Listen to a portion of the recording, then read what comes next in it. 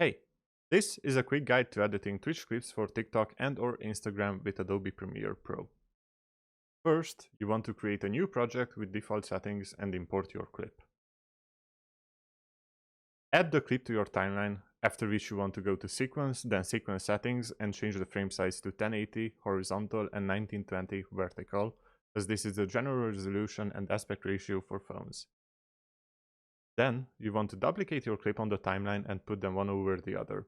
After this, I like to hide my top layer, which is going to be my gameplay, and put the facecam into position first. To do that, just go to Effect Controls and play around with the scale and position values until the facecam is in a position you like. Afterwards, make the top layer visible, scale it up and move it around. After you've done this once, you can save the values for the positions of both clips and use them in future projects. Then, just check if the clip is good and everything is synced up. If all is good, you can now export it by going to File, Export Media. There the format should be H.264 and I like to change the bitrate encoding to do 2 passes for a bit better quality. With this, the clip is ready and the only thing that remains is to export it.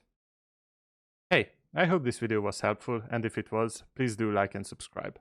And you can check out my Twitch channel, which is in the description below. Thanks for watching.